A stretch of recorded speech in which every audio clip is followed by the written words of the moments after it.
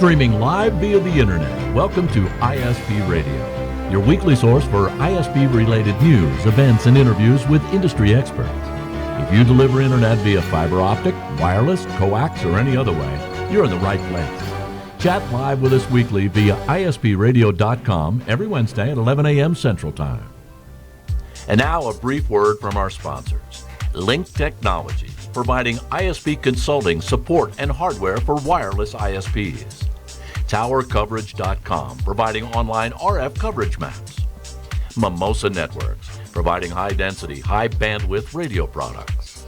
Advanced LLC, providing retail and wholesale advanced communication services by matching providers with your bandwidth needs. And by Sitel, providing reliability in surge suppression. And now your host for ISP Radio, Steve Grabiel and Dennis Burgess. Welcome again to another edition of ISP Radio. I'm your host, Steve Grabiel, broadcasting from the home office in Seal Beach, California.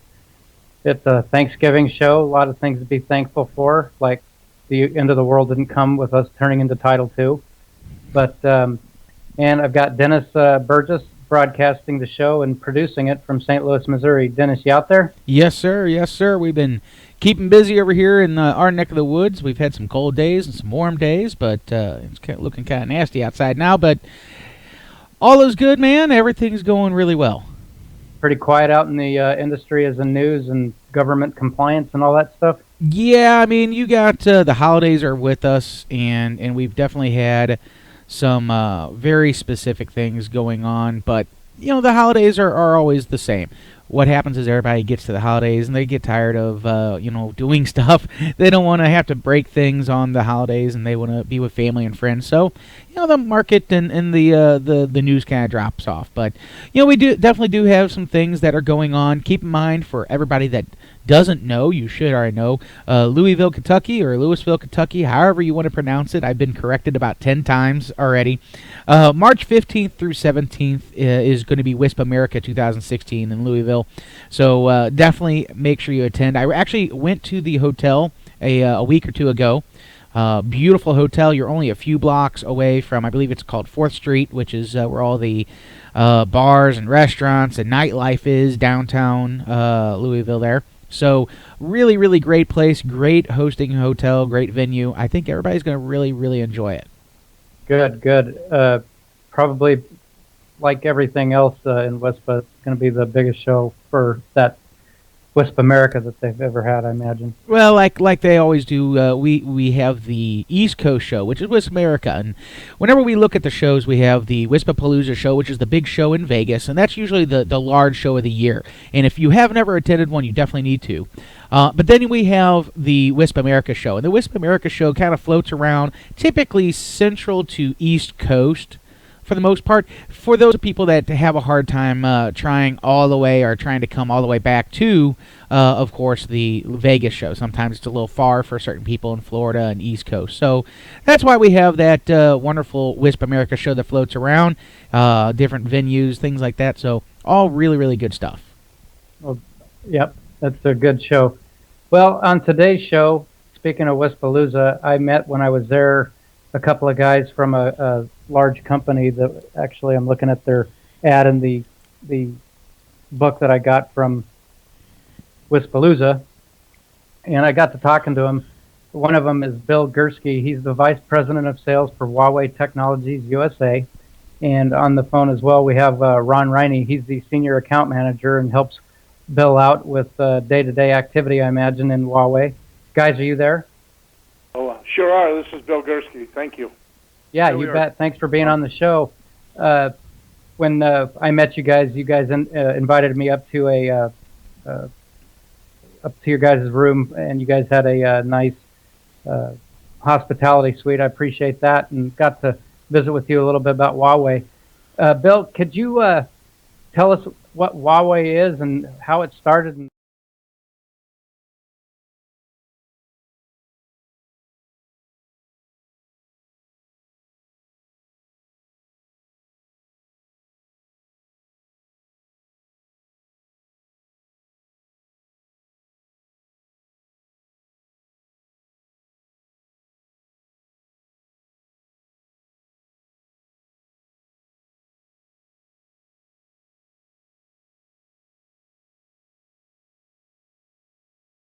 The pronunciation is Huawei. It's spelled Huawei, Huawei Technologies. And as we start to look through this, you guys do a great job of promoting the WISP industry in the rural parts of the country. I think the key thing is that the world is an amazing place to live right now, and one of the key things is to be able to provide some type of high-speed broadband to rural America. And I've been in this business for a long time, and I'll tell you a little bit about my background, but I think the key feature is to work with the local WISP and to be able to get them the speeds that they need to be able to provide the great products and features and benefits of having high-speed network out in the rural parts so the businesses can go, they can retain the people that live out there. So I think it's an important issue to understand that we really want to get high-speed internet out there. And Huawei Technologies was actually started in China years ago, about 30, 40 years ago, in rural China, to be able to get high-speed internet to the rural parts of China. And the company has been developed over the years. And I'll tell you a little bit about Huawei in itself. For technology purposes and technology information, we are number one technology company in the world when it comes for equipment. So nobody is as big as Huawei, and I'll go over those numbers in a little bit. What we are in 170 countries located around the world. We have about 177,000 employees right now at Huawei Technologies in those 170 countries. What the great thing about Huawei is 77,000 of our 177,000 employees are in research and development. And what that basically means for you WISP out there is we are coming up, every day we're looking for the next big thing, the next big Internet of Things. What's it going to be? And we lead the world in patents. We had over 34,000 new patents this year already produced in order to be able to support the WISP industries that's out there. We'll do about $56 billion in revenue this year, and our projection for 2020 is to do over $100 billion in revenue. And then we really look at breaking those down into three areas. We'll do about $6 to $7 billion in profit, and a lot of that profit then goes back into working with research and development. And one of the key things to understand about Huawei is it's 100% employee-owned. There is no government owning in Huawei. There's no shareholders. There's no public stock. It is 100% owned by the employees. We have 16 R&D centers and 45 training centers located throughout the world. So when we look at LTE, which is where everywhere's turning, we quit selling WiMAX as of January 1st, and everybody's switching over to LTE. Huawei's number one in the world in LTE networks. We're number one in the world in power solutions. We're number one in the world in optical, which is GPON. We're number one in the world in microwave networks. We're number two in data centers, routers, and switches. Number two in antennas. Number three in Ethernet switches. And number three in smartphones. So when you really look at the smartphone industry, a lot of people say, well, is Huawei involved in the smartphone industry? The answer is yes. We're number three, right behind Samsung and Apple. If you've been reading lately, we just signed a major long-term deal with Google to develop all their Android, and we think that's a major plus. A lot of when you buy a Google phone, you're going to see it was developed and made by Huawei. So we break our business down into three areas: our consumer business, our carrier business, and our enterprise business. And our consumer business is the smartphones, wearable devices, and what we work with vehicles and a lot of the other areas. And that is basically our consumer business. Our carrier business is what we're talking about today. And that's our wireless network, our fixed networks, and our enterprise and the networks that we work with on a hybrid solution when we work with a lot of the wireless companies. Our last business that we work with is our enterprise business, and that's our data centers, our machine-to-machine connections, management platforms, and then we service all that with professional services. So when you buy Huawei equipment, we don't leave you hanging out there. We do have a NOC center located in Plano, Texas, and we are able to provide services 24/7 throughout the United States to make sure we support customers when they do buy Huawei equipment. So that kind of tells you a little bit about Huawei and how big we are. But what's nice about Huawei is we really, in the United States, we're working with the Tier 3 telcos, mostly, some Tier 2s, maybe one or two Tier 1, but our focus is on the wireless Internet service providers, the 2,400 WISP that are out there, and the Tier 3 telcos. And what we're seeing more and more is a hybrid approach, and I'll talk to you in a few minutes about that. But I think the key is to know some of our current partners that we're working with out there. I mean, we currently do business with a lot of big companies around the world like AT&T, TELUS, SK Telephone, Bell Canada, Vodafone. And so we really, as we look at it, of the top 50 global telecom carriers in the world, we're in 46 of them. So of the top 50 global telecom companies, Huawei is the preferred vendor in 46 of those around the world. And we really look at working a lot in the banking business, the highways and power companies and energy companies and banks. And as I said, we're the number one in the world in patents that have been produced. So as we look through, I'm sorry? No, go ahead. A little bit of feedback. So how did we get started? How did we get started in the United States is one of the key things. Well, I'm responsible for two areas. That's the rural telecom business, and of that, there's about 1,000 rural telephone companies out there that are doing business. You know, ILEX, the CLEX, and the independent telephone companies. And then there's 2,400 WISP that are out there, and I'm responsible for Huawei to working with those, as well as Ron Riney, who's also on the call with me, and he'll talk a little bit about the technologies available to that. Well, one of the key things we wanted to learn when I joined Huawei about 2 years ago, and my background was in cable and satellite, and for those who know me in my previous life, I spent about 30 years as a senior executive with Warner, Viacom, Adelphia, Mirror, TCI, and a lot of big cable operators building up the urban and rural market. And then I spent a lot of time with Sirius Satellite Radio for 5 years, senior vice president of the NRT, and a lot of people know that that's the National Telecommunications Cooperative. Then I got into the wireless business, and I was in the MM business, the LMD business, and then I was fortunate enough to start a company called Sky Systems. Golden Sky was an operator on NRTC auspices, and we bought up the rights to DirecTV and about my company in about 78 markets, and we ended up eventually selling the company with about 400 and some thousand customers to Pegasus Communications. And then I eventually joined Huawei Technologies in charge of sales. And that's led us up to these WISP. And what we're working with these WISP is it's quite an amazing world. So what I said was I started an advisory committee on the telecom side. On the telecom side, we brought in 7 CEOs, and we wanted to find out what's going on in the Tier 3 telecom world. And what we found out was it's really fractured at this moment because a lot of them are losing the universal service funds, and they have to look at how they're going to compete effectively in the rural parts of the country. And one of their competitors, of course, is the WISP market. And so I think as we looked at the telecoms, we brought the 7 CEOs in, and we said to them, where's the telecom industry been, and where's it going?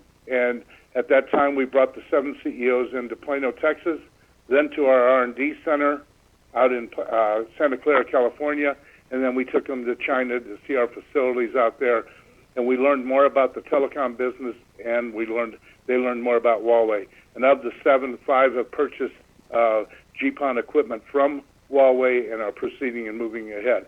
We are also now in January developing an advisory committee for the wireless world. We've already contacted 5 of the CEOs.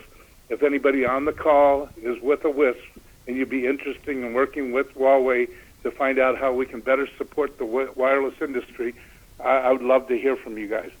So I think it's really about Huawei wants to find out how we can support you, what you need going forward, and what are the products and services and solutions that Huawei offers that will be able to work with you.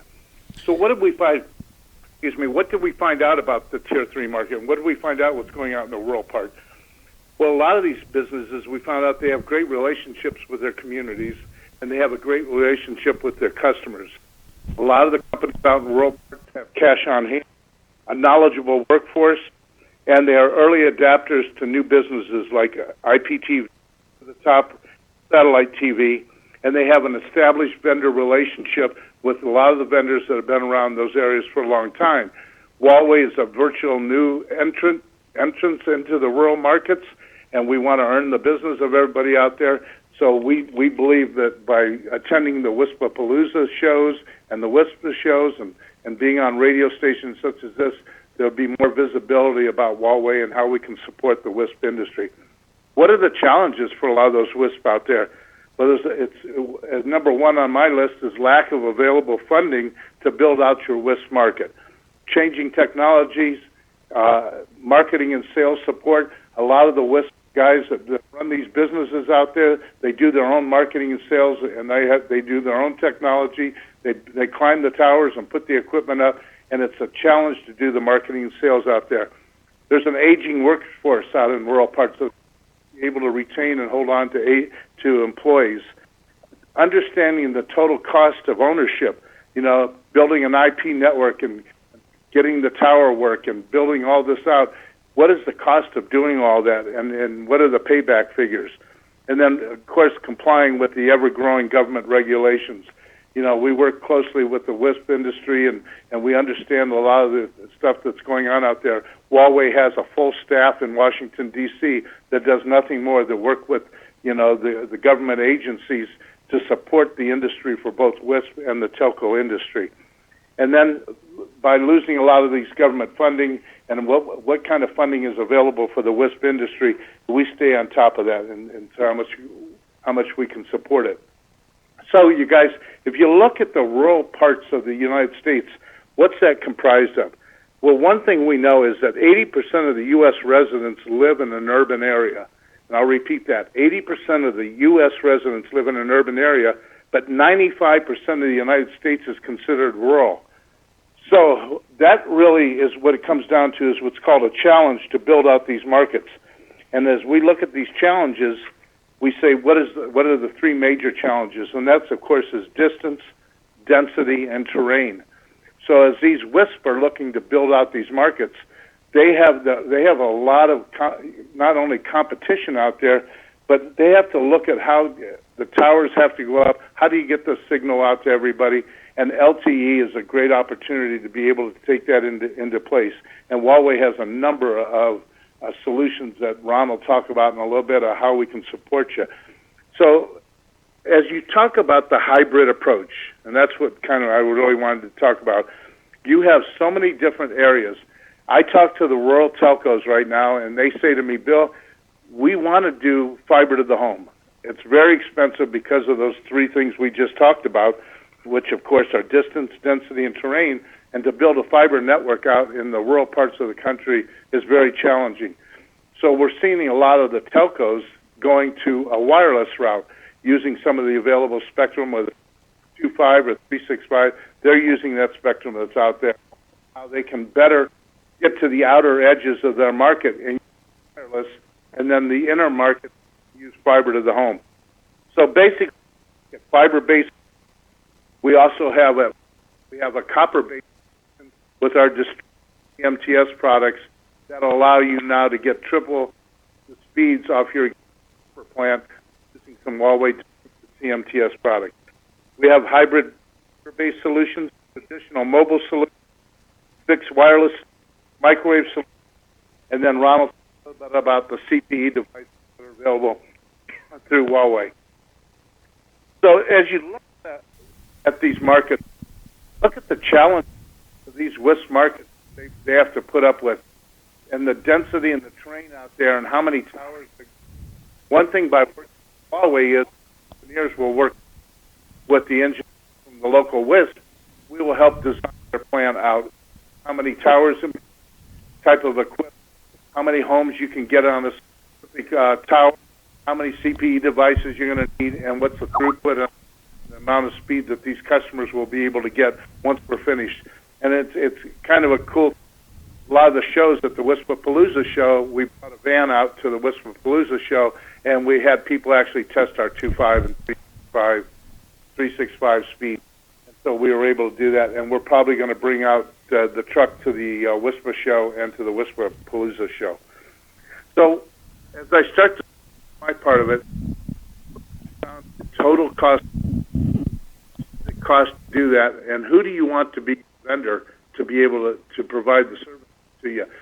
One thing about Huawei is we're an end-to-end solution. So we not only can help you with your fiber to the home and your phone, we can also help you with your wireless technology, your microwave, your backhaul, whatever you want. And you can work with our solution specialists, our technology people, and we can help design that so you can do it in a cost-effective way. And by using Huawei and us being number one in the world, you're going to get economies of scale. So we will charge a tiny little rural WISP out there the same price that we would charge a huge major wireless operator, the same cost for the equipment. So really, you want to do it in the most cost-affordable way. So I think going forward, what are we looking at? I think the broadband industry is going full speed, and I think the WISP industry is right there in the middle of all this, and it's exciting for a lot of the young entrepreneurs to get into this business and see what they can do to support this industry, and take a look at the vendors that are working with you, and stop by these shows and come up and say hello to everybody, whether it's Telrad or Ubiquity or whoever it may be. Take a look at what these guys have to offer. They work hard at putting their booths in these shows and to work with you guys, and what's going to happen and how they can support you going forward. By the year 2025, Huawei predicts 8 billion people will have a smartphone. 8 billion people will have a smartphone. 6.5 billion will be able to use the internet around the world. 100 billion devices will be connected around the world. 100 billion devices. Imagine how many devices each home is going to have in the next 5 to 10 years, and where we've come in the last 5 years. So over the next decade, Huawei does a lot of work, as I said, with research and development. The new industries that are popping up all around us, and how the WISP can support these rural industries. We look at distance education, telemedicine, the smart grid, and working with your local electric co-op or local electric company. These WISPs should go out there and meet with these electric guys and say, how can we support your backhaul? How can we support your smart grid? What kind of microwave services or wireless stuff can we get into to work on that? Smart transportation. Huawei works closely right now with Audi and other companies, auto companies, how we can help them with their Wi-Fi. And the last one is smart homes. I really believe that that's the way the industry's moving, especially with a local WISP, is to be able to own that house, support that homeowner as to the type of products and services the smart home needs. Everything in that home, the garage door opener, to the air conditioning, to the thermostat, to your car, everything is going to be run around the smart home. And whoever has the wireless speed going to that home with the best bandwidth will actually own that customer and be able to get the best revenue per customer that's out there. So what my last thing is the future is here, but it's just not for everyone in rural America. And one of the things we want to do is work with the rural WISP. And how can we support you in getting the best bandwidth and speeds to your customers at the best price that you can afford?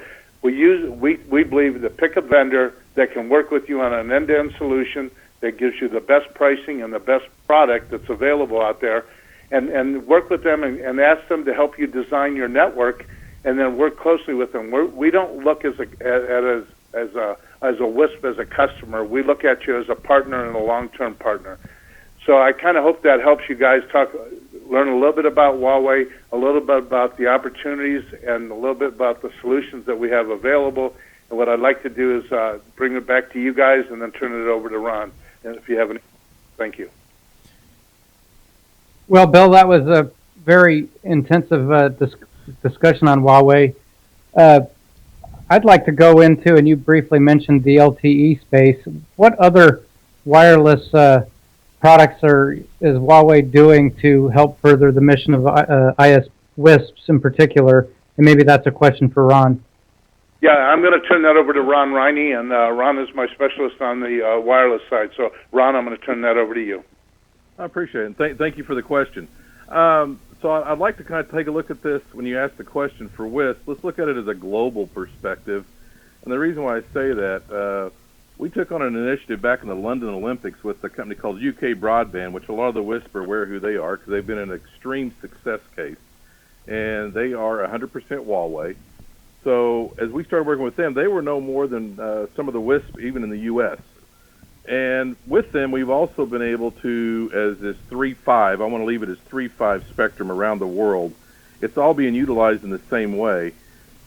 We've been working with them in a global alliance is what it is. It's a 3.5 global alliance. I'd like the group that's listening to this, the WISP. It is a global alliance, and it's us working in the initiatives with that to help the WISP. There was even some recent announcements that it was China Mobile, Google, Huawei, I can't remember who else was petitioning the FCC to be able to make it a global look and feel for 3.5 as the FCC is looking at some of its changes in 3.5. So to help the WISP, we are a very strong corporate citizen in a lot of the standards. We actually chair many of them, or we are a co-chair, or of course just sitting on the standards body as a normal for our input because of the size that we are. And I would highly recommend, I know we've been working with some of the thought leaders within WISPA that have been to see us and see what we do, and they continually ask us questions. But that's how we're helping the WISP, if you want to call it a WISP, a wireless internet service provider. As fixed wireless is becoming a very strong play for many of the places around the world. We are, in the U.S., lacking in what we do in wireless if you go look comparative to the PAC RIM, like I said, in the UK and other places. So that's what we're doing to help the WISP in a lot of different ways. One's the standards. Number two is working even as far as global alliances for like the 365 environment.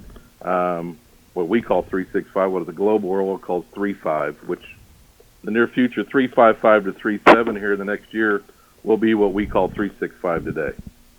Uh-huh. Does that help some of the question? Yeah, so you guys are focused in on that 3.65, what we call here 3.65 spectrum. How about any of the other unlicensed spectrums? Do you guys support and have products for such? And even in the licensed spectrum?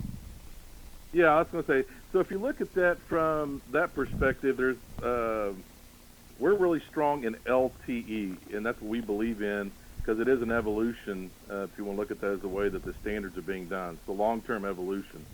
So we're very involved with what is considered the ULTE, the unlicensed LTE, and how that is coming together through the standards bodies, and trying to stay as neutral as we can. I always like to say we're Switzerland as far as how everybody uses it. So we're trying as best we can to keep it as neutral as we can, the standards bodies. So that would include some of the 5.8 and how it might be used in the near future. The lightly licensed, like what was a 3.65 to 3.7 today. Also working very strongly within the 60 and 80 gigahertz for the microwave, as we see that as a very strong play. As for instance, right now we can do 4 gig uplink and downlink, or 8 gig total aggregate. Very shortly, by the, let's say, January timeframe, you'll be able to actually have a transport mechanism of 10 gig over microwave and 80 gigahertz. So wow. I think that's huge for the WISP. The 60 gigahertz, of course, is a gigabit kind of quarter to half mile play, and that's another unlicensed space that we work in. Not much in the 900 or 2.4, but we're not seeing a lot of global push in IP and motion in that area. I know that the TV white space, which is an unlicensed, is another area that's being pushed. So we're playing in the white space area, but I'd really like to leave it as more of an R&D standards body kind of way it's going to come together. And especially here in the U.S., they're going to be having auctions for some of this, so that's going to be a big play how that comes out. What I'd like to mention before I kind of go into some of the detail on our products, though, we have been partnering with some folks. For T-Mobile has been very open with us and working with some partners that we have for the rural market in particular. And so this is like the 1900 PCS spectrum where if any of the WISPs that are listening or interested, it is a licensed spectrum, and it is an option we have that we can show them of how to participate along with T-Mobile. I think that's very interesting for the WISP, because spectrum has always been the golden ring out there that a lot of the WISP are trying to find a way to get a hold of. We have been working with people to try to find a way to be able to make that available, especially in the rural markets. Not so much the NFL, NBA cities, the top 50 markets. They're not going to be open to letting everybody play with them there. But that's not where primarily most of the WISP are. So we're even going that far and bringing in some of the other top-tier carriers and saying, hey, you have this nationwide. Why aren't you letting other people use it? And it helps you build your network out. It helps them. So with spectrum-wise, that's kind of where we're at right now for fixed wireless. Mm-hmm. Any other questions kind of on the spectrum or our look and feel where we're at now? Kenneth? You guys? No, I think we have most of the questions that I have are really more focused on, to be honest with you, the GPON stuff. We have some questions actually online, specifically of what kind of GPON deployments are out there. Is there any kind of rough numbers of those GPON deployments in the North American market space? Well, I'd like to leave it as North American because this gets interesting for everybody that's listening on the radio today. So if you take North American, you include the U.S. Remember, we have a partner in crime that called Canada that participates in the North American dialing plan. The people forget about that. That you when you dial a number or work within data, it's the same as the U.S. as it is in Canada. So you just dial area code and off you go. So if you look at let's say, let me start north and then head south. All of Canada is primarily all now Huawei with GPON. So you can talk to, any of the major carriers up there, and we have an immense amount of GPON deployed in Canada per se.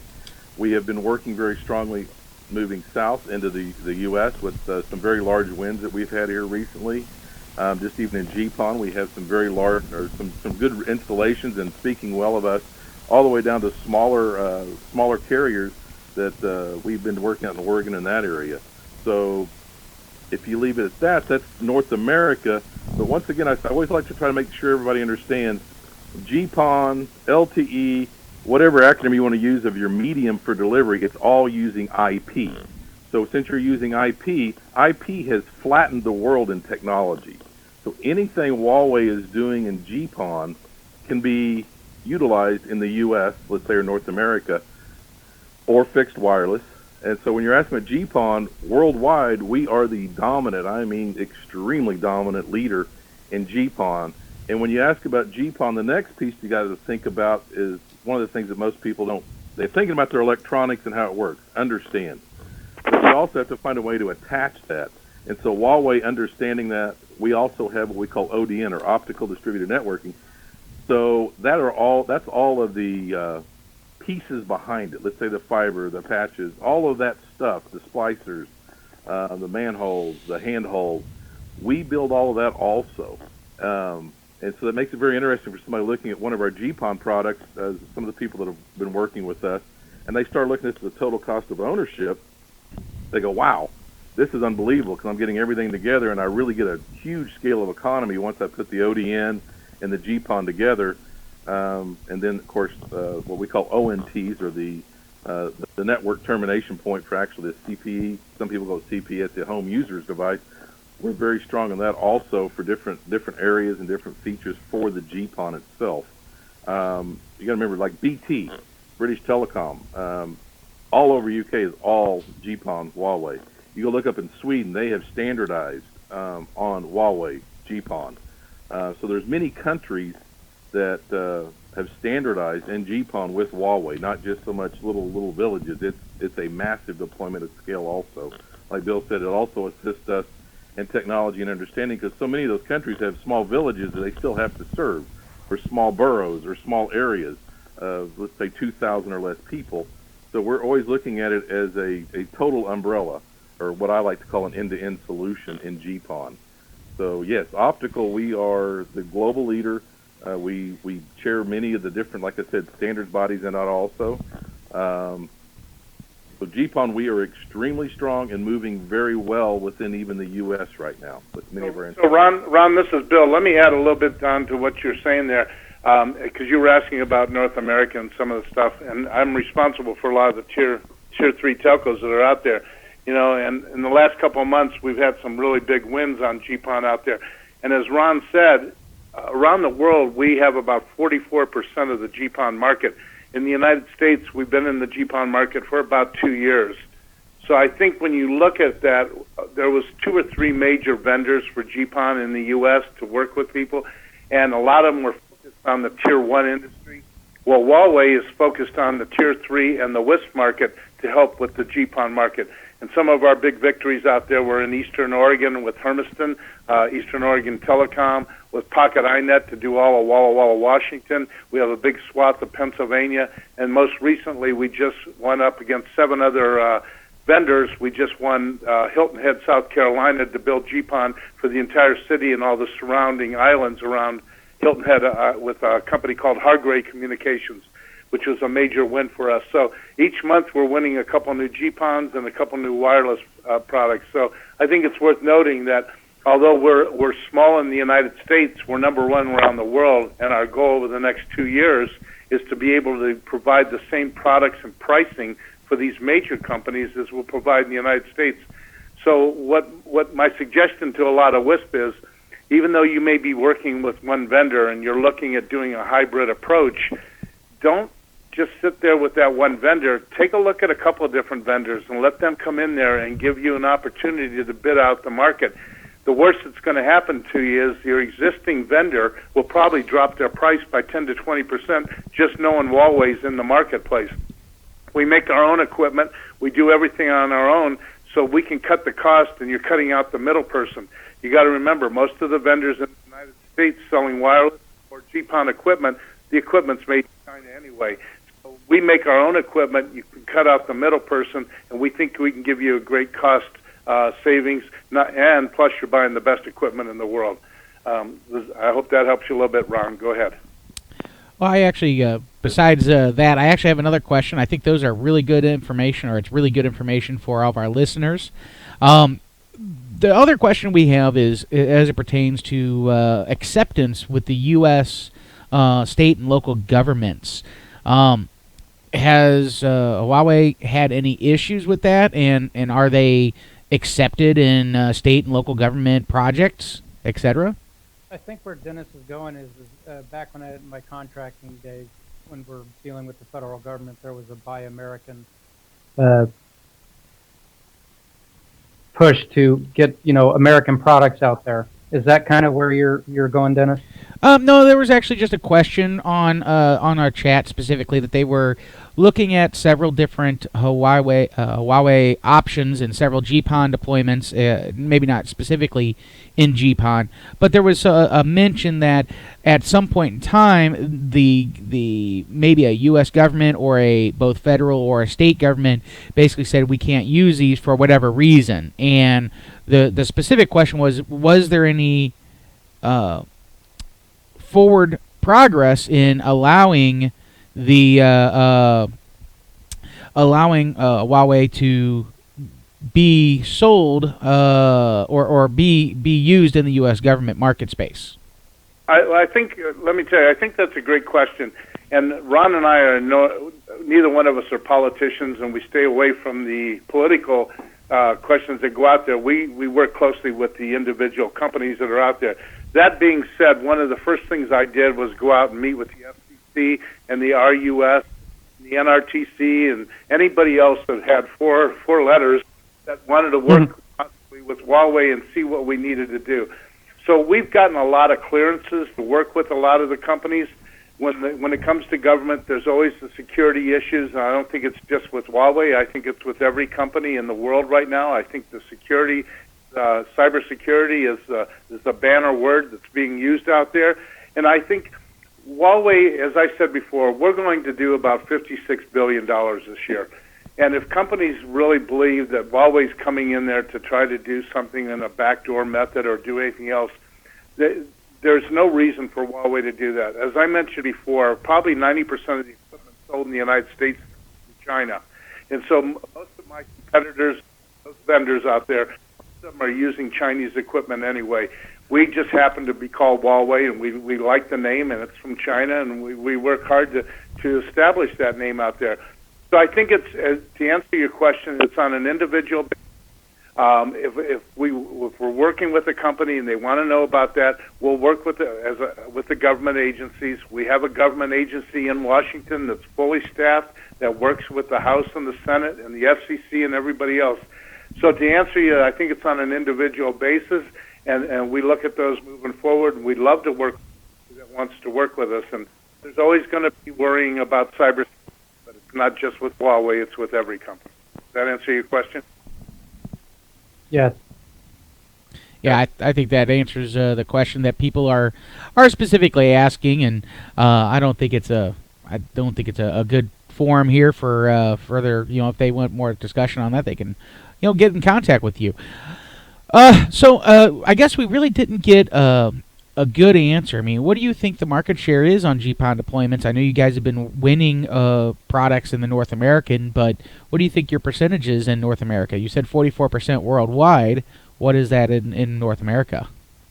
Well, Bill, let me take a first stab at this. That's what I was trying to say. As Bill said, we're just starting in the U.S. the past couple of years. But if you include Canada, which is North America, and looks and feels and lives by the same standard, we're well over like 70%. I think 65% of Canada is on Huawei GPON.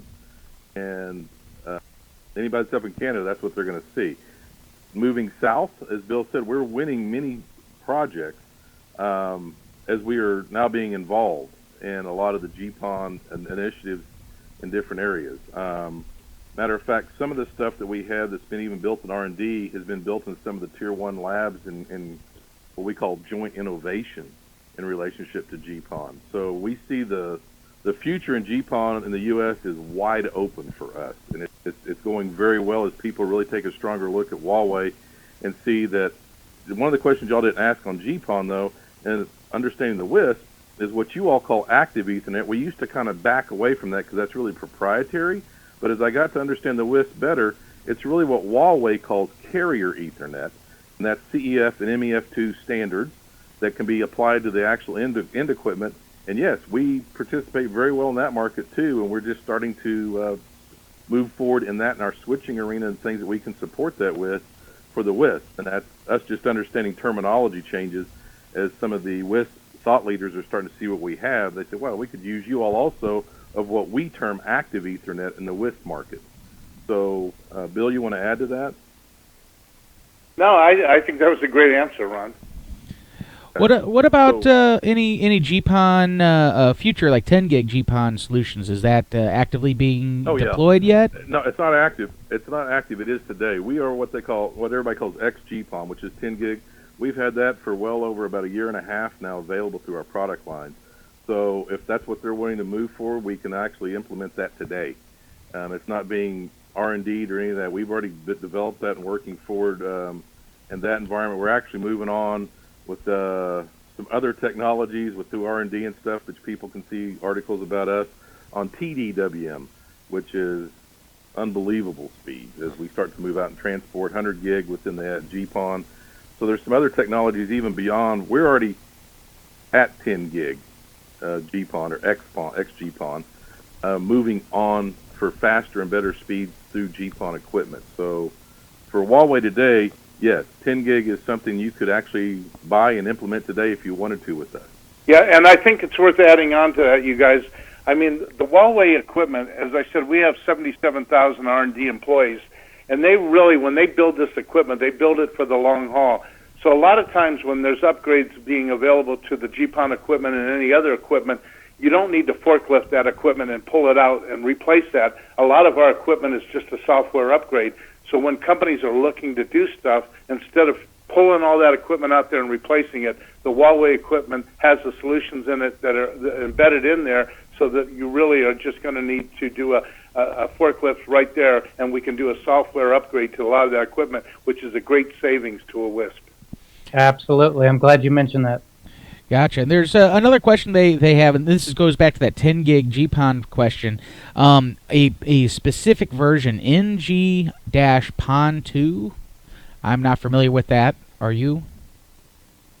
That's been everybody has a different thing. That's why I just leave it as XGPON. But yeah, there's next gen GPON. That gets beyond some of the other things for some of the things that are going on within 10 gig, like Bill's talking about. I think one of the things to mention. Go ahead. So that's just a different standard, and you guys basically just use your XGPON, and that's your 10 gig solution. Yes, and Okay. then because you got to look at that. When you look at, like, for instance, in the DSL world, they have what they call vectoring and GFast, which is gigabit speeds over DSL. Well, we call it GFast. The market calls it. A lot of other people call it vectoring. It has to do with, as you all understand, patents and the way they're filed and what the technology. But for speed of what's being delivered, yes, that's what we call. I guess what they're looking at is NG-PON, and then we call it XG-PON. Gotcha. So is the XG-PON a ITU standard? Is that a standard, or is that proprietary to your gear? That is one thing that's interesting when you work with Huawei. Everything is standards-based. We have no proprietary mechanism within the usage of the actual medium itself. There might be some things when it comes to the management, which I think is very interesting for the WISP, of what we call U2000 or Universal 2000, which is our management system that oversees all technology, whether it be GPON, whether it be wireless, whether it be microwave, whether it be switches, whether it be routers. So we keep everything out there that's the equipment extremely standards-based and open architecture, so that way it allows you to plug and play as you want. But if you really want to also add a little, as they say, add a little nitrous oxide or turbocharger to your network, we also have our U2000 and some other tools. And those pieces, I don't really call them proprietary, but they are uniquely built for working within the function of what Huawei has as their product. We also, I think it's interesting for everybody on the line to understand, we have a fabless chip manufacturer called High Silicone. And this gets back to where some of the CPE. So people ask, how is Huawei so advanced in CPE? One, we sit on the standards body. Number two, we understand where they're going in evolution. And number three, we also have our own fabless. We're the third largest fabless chip manufacturer for chip references. So that's like whenever folks are looking at Wispapalooza with us and saying, how do you have a 200 meg Cat6 device? We also build our own chipset. So it just depends what you're looking for as a carrier and where you want to move. Huawei is happy to help align that to what your needs are in helping. So you're not really buying equipment and trying to fit your model to it in your business. What I find unique in Huawei, we try to help look at your business model and match the products that meet what you're trying to go deliver to your subscribers, which is a very unique fit, I think, for a vendor relationship as a partnership with a WISP or any other vendor customer carrier relationship. Ron, that's a great point that you brought up, and I just want to say too, you guys, is that when we say we're a full end-to-end solution, we also work with multiple vendors as partners. And Ron, if you want to talk a little bit about Sewan for a second. Yeah, sure. Example. Yeah, as we work with different partners also, we look at it as a very strong ecosystem.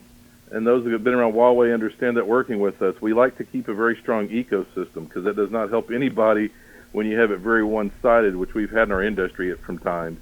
So we reach out and work with many different options and vendors. Like Bill said, one of the ones that we like working with, especially for the WISP market, is Sewan. They match a lot of their CPF with us very well. It's a very economic, good solution for the WISP. And it's something that fits their model. I think it's very interesting. The gentleman that is doing Sewan in the U.S., he was actually a WISP himself, so it's always nice to work with him with the business model because he understands and gets the business model for the WISP and how he applies it to his devices. So we're always looking for other vendors like that to help us with our ecosystem. We don't have to be everything. We just want to be a part that fits well, like I said, in your business model.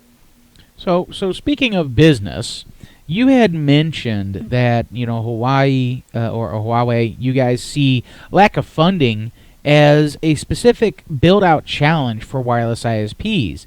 Does Huawei actually finance purchases of this types of gear for these companies, or is that done through one of those third-party channels that you've mentioned?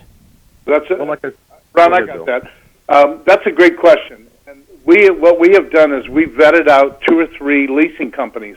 Huawei itself does not finance equipment. We're not in the finance business. We're not a bank. What we do is provide the best equipment at the best pricing. So that being said, when I started looking at the WISP industry and the Tier 3 rural telcos, we saw that there was a need for some of these companies out there. And we're working with a couple of finance people that have been vetted by Huawei, and they have some great offers out there, and I'd be happy to talk to anybody and refer them to the WISP industry or anybody that's on the call.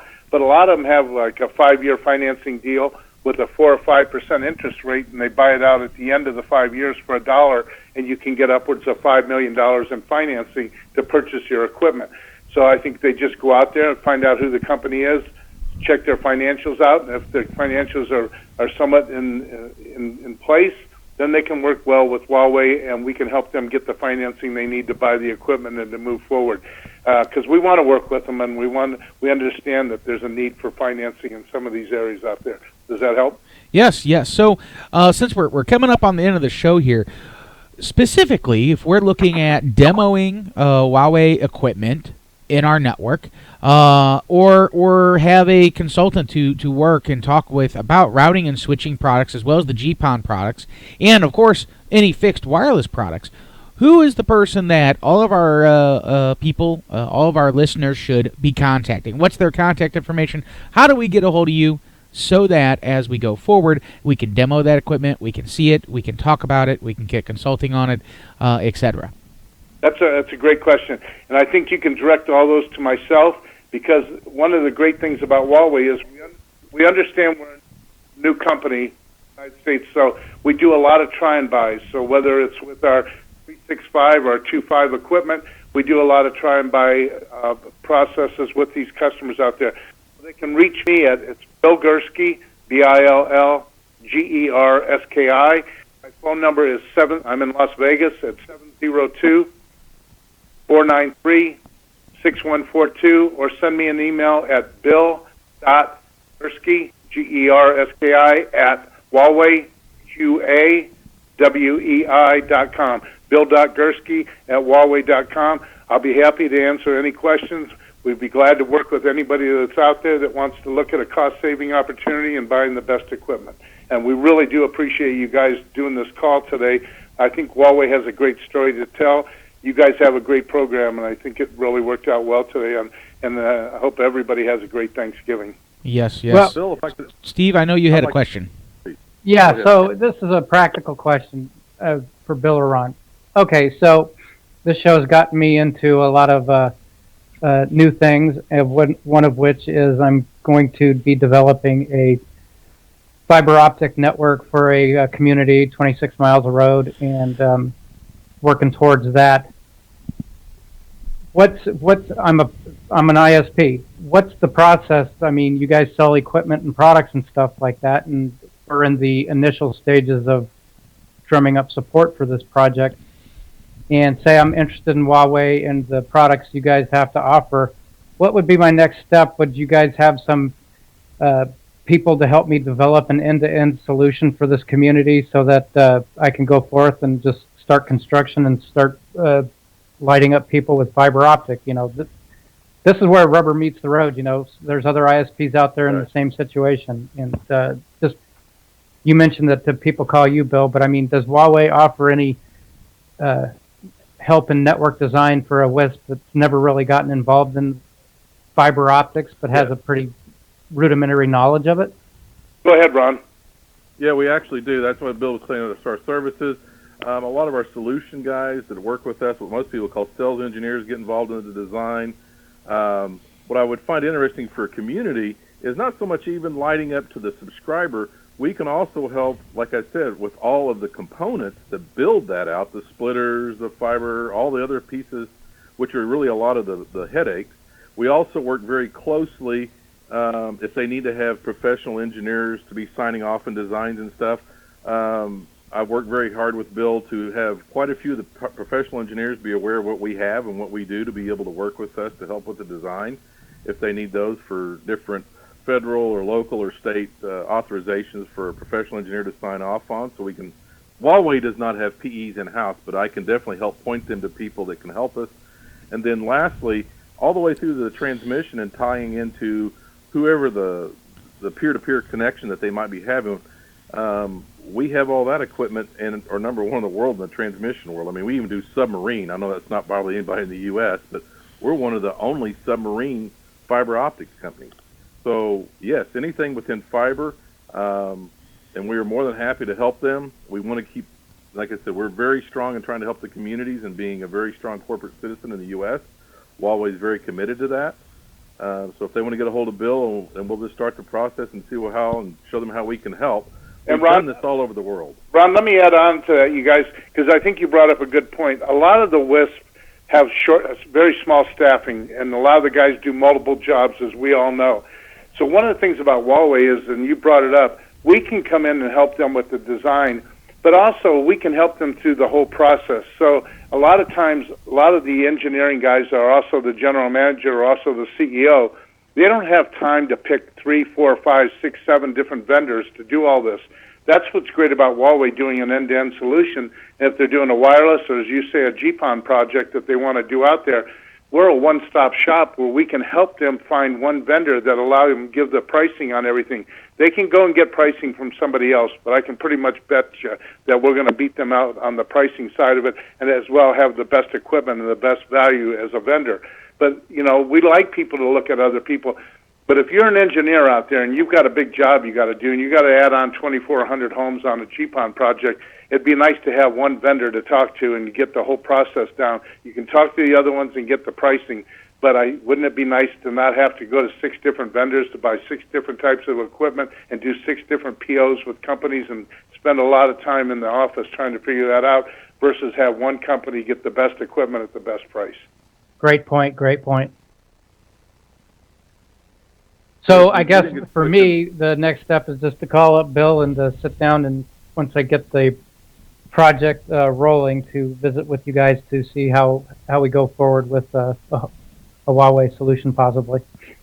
I think that'd be a great first step. And what we'd like to do is maybe as you pick Huawei as your vendor over the next 6 to 8 months, we can keep the listeners abreast of how your project is going, how well it is to work with a vendor that's a #1 in the world, and we can give feedback to your listeners as this process is going along and how it is to work with a vendor and see how these customers start to react to what types of speeds they're going to get. Perfect. That's a great idea. As you brought that up, we're working with very large number of municipalities in the 30s, 40s, 50s. I think we're quite close to 100 different ones contacting us for different things. And so, yeah, it would be very interesting to sit and work with them. They have been, all the municipalities I've sat down with and talked with that are looking at kind of what you said in some of these community areas, they find that very interesting that they can, wow, my routers, my switches, my GPON, my fiber products, my everything I can call one guy, and it's all his problem. And it's all Huawei, and we're going to put this to bid. We very openly want it to go to bid because it has to be economically feasible because it's a municipality. They got to report to a board and everything else we know. And we're winning them, and they really like that. And they can all be managed, like I said, by this U2000. And that's what a lot of them are really liking is that, wow, I got one platform. I don't have 7. I don't have 6 different vendors. I don't have – it just all works, and that's what they want. Mm-hmm. If I may add one point as we're finishing here, because I know April 17th is going to be very big for some of the 365 folks that need to have things turned up. One of our key products is what we call EWIL. It's Enhanced Wireless Local Loop. It does not require a core. That radio that supports in 365 will also look at the full 50 megahertz from 365 to 37. What was interesting at WISPA, we showed with our van, which is available for people if they want it in regional centers or anything like that. Just call us up and we'll schedule the van to come show all this. It's a full mobile wireless van. But what we can do, we showed over 200 meg of throughput in a 25 megahertz channel with 4x4 MIMO CPE. I think that's a real key for the WISP, that they're really spooked about LTE. They don't have to be. If there are 20 towers or less, they don't have to have a core. We have a product that works very well for them. 2.5 or 3.65, and I know a lot of people are looking at the April 17th date of trying to get things turned up. This stuff can be turned up in a matter of weeks, not months. Good to know. Well, Bill and Ron, could you guys give us your contact information one more time, and then we will wrap up the show. Again, we appreciate you guys being on the show. It's been really instrumental for me. I hope it's been for everyone out there. So, Bill, one more time with your contact information. Sure, it's Bill Gerski. Gerski, and then my email is bill.gerski@huawei.com, HUAWEI.com, and my phone number, you can call me today. I'll give you a pretty good discount on your equipment. If I hear from anybody the day before Thanksgiving, I would love to hear from you. 702-493-57 6142. And if you're out in Las Vegas, I'd love to take you to dinner. Ron, go ahead. Yes, and I'm Ron Riney. It's RON.RINEY at Huawei, HUAWEI.com. A good reach number for me is area code 405-590-8374. And I'm an Oklahoma boy, so if you're here in the area, please give me a call, or if you need some help, love to hear from them. And I appreciate everybody's attention today and look forward to hearing from the listeners today on the radio. You bet. Well, Dennis, anything else? Otherwise, we could wrap it up. Another good show. Appreciate everyone being on, and thanks for listening. Happy Thanksgiving. Happy Thanksgiving to everyone. Thank you for listening to ISP Radio. We hope you've gained new insights and additional wisdom in our industry as well as your business. Please remember to visit our show sponsors via the links on ispradio.com. If you're interested in becoming a show sponsor, contact us at sales@ispradio.com. Now go out there and push those packets as fast as you can. Good luck and Godspeed.